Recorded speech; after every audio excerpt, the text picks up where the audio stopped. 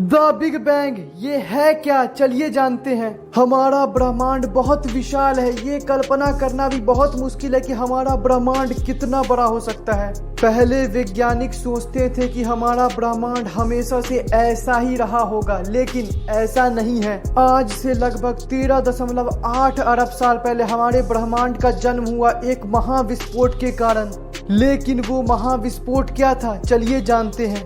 तो आज से करीब 13.8 अरब साल पहले ये इतना बड़ा ब्रह्मांड एक छोटे से पॉइंट में स्थित था। उस समय न कोई समय था, न कोई स्थान था, न कोई आकाशगंगा थी और न कोई लाइफ था। ब्रह्मांड के जन्म से पहले ये 100 अरब आकाशगंगाएं और हर एक आकाशगंगा में फैले ये 100 अरब तारे ये एक ही पॉइंट में थे। इस पॉइंट का साइज एटम से भी छोटा था। आखिर ये छोटा पॉइंट से क्या टकराया या फिर ये छोटे पॉइंट किस चीज से टकराया, ये कोई नहीं जानता। इस पॉइंट को हम पॉइंट ऑफ सिंगुलरिटी भी बोलते हैं। इसमें एक महाविस्फोट हुआ जिससे ये ब्रह्मांड बना एंड इसी महाविस्फोट को हम बिग बैंग बोलते हैं। उस पॉइंट के अंदर अनंत एनर्जी स्टोर थी। जैसे ही महाविस्फोट हुआ ये एनर्जी बहुत लार्ज अमाउंट में रिलीज होने लगी एंड हर 10 से 24 सेकंड में ये धमाका दुगना बड़ा होता गया। शुरू के बिग बैंग की वजह से ये ब्रह्मांड अस्तित्व में आया एंड इस पॉइंट में महाविस्फोट के कारण मैटर की अंदर की चीजें अस्तित्व में आई। इस ब्रह्मांड के ब्लास्ट होने के बाद सब कुछ ठंडा हो गया और आखिर में जाकर सब कुछ बनना स्टार्ट हुआ। धूल से बनने वाले इस ब्रह्मांड में एक फोर्स काम करने लगा। उस फोर्स के कारण हर एक एटम आपस में जुड़ने लगे,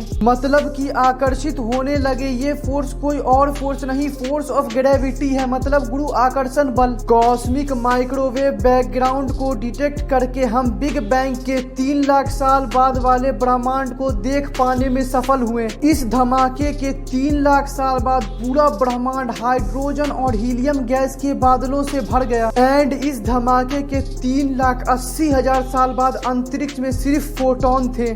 इस फोटोन से तारों और आकाशगंगा यानी गैलेक्सी का जन्म हुआ और बाद में फिर प्लैनेट्स एंड हमारे अर्थ का जन्म हुआ। मॉडर्न फिजिसिस्ट जॉर्ज लिमेटन ने साल 1927 में सृष्टि की रचना के विषय पर द बिग बैंग थ्योरी दी। इस थ्योरी में उन्होंने दावा किया कि ब्रह्मांड सबसे पहले एक बहुत विशाल और भारी गोला था जिसमें एक समय बहुत जबरदस्त धमाका हुआ और इस धमाके से होने वाले टुकड़ों ने अंतरिक्ष में जाकर धीरे धीरे तारों और ग्रहों का रूप ले लिया। उनकी ये थ्योरी सर अल्बर्ट आइंस्टाइन की फेमस थ्योरी ऑफ रिलेटिविटी पर आधारित था, लेकिन उस समय इस थ्योरी को साइंटिस्ट के द्वारा अनसुना मतलब इग्नोर कर दिया गया। फिर साल 1929 में एडविन हबल ने रेड स्विफ्ट थ्योरी के आधार पर पाया कि ब्रह्मांड फैल रहा है और ब्रह्मांड की आकाशगंगा तेजी से एक दूसरे से दूर जा रही है। रेड शिफ्ट थ्योरी के अनुसार पहले आकाशगंगा एक दूसरे के पास रही होगी। फिर जांच पड़ताल में ये नतीजा निकला है कि ब्रह्मांड एक ऐसी सिचुएशन से जन्म लिया है जिसमें ब्रह्मांड के सारे substance highly temperature and density में एक ही प्लेस पर फोकस्ड थे। इस सिचुएशन को ग्रेविटेशनल सिंगुलरिटी कहा जाता है। शुरुआत में इस ब्रह्मांड में ज्यादातर हाइड्रोजन के एटम एग्जिस्ट करते थे। ये ग्रेविटेशनल फोर्स जगह जगह पर हाइड्रोजन के एटम को आपस में कॉम्प्रेस करने लगा।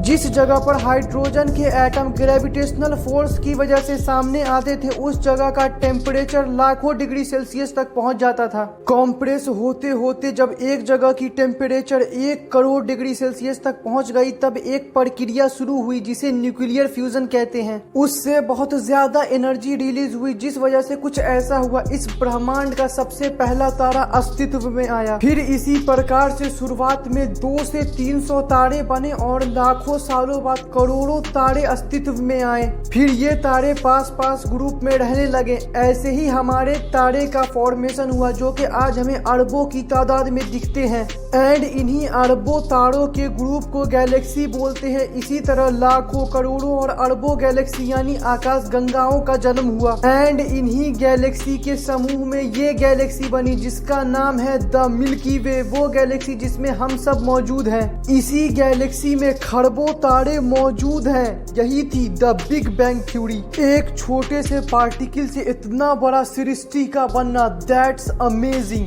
तो चलिए मिलते हैं नेक्स्ट ऐसी ही इंटरेस्टिंग वीडियो में। अगर जानकारी अच्छी लगी तो वीडियो को लाइक एंड शेयर कर दीजिए एंड चैनल को सब्सक्राइब कर दीजिए।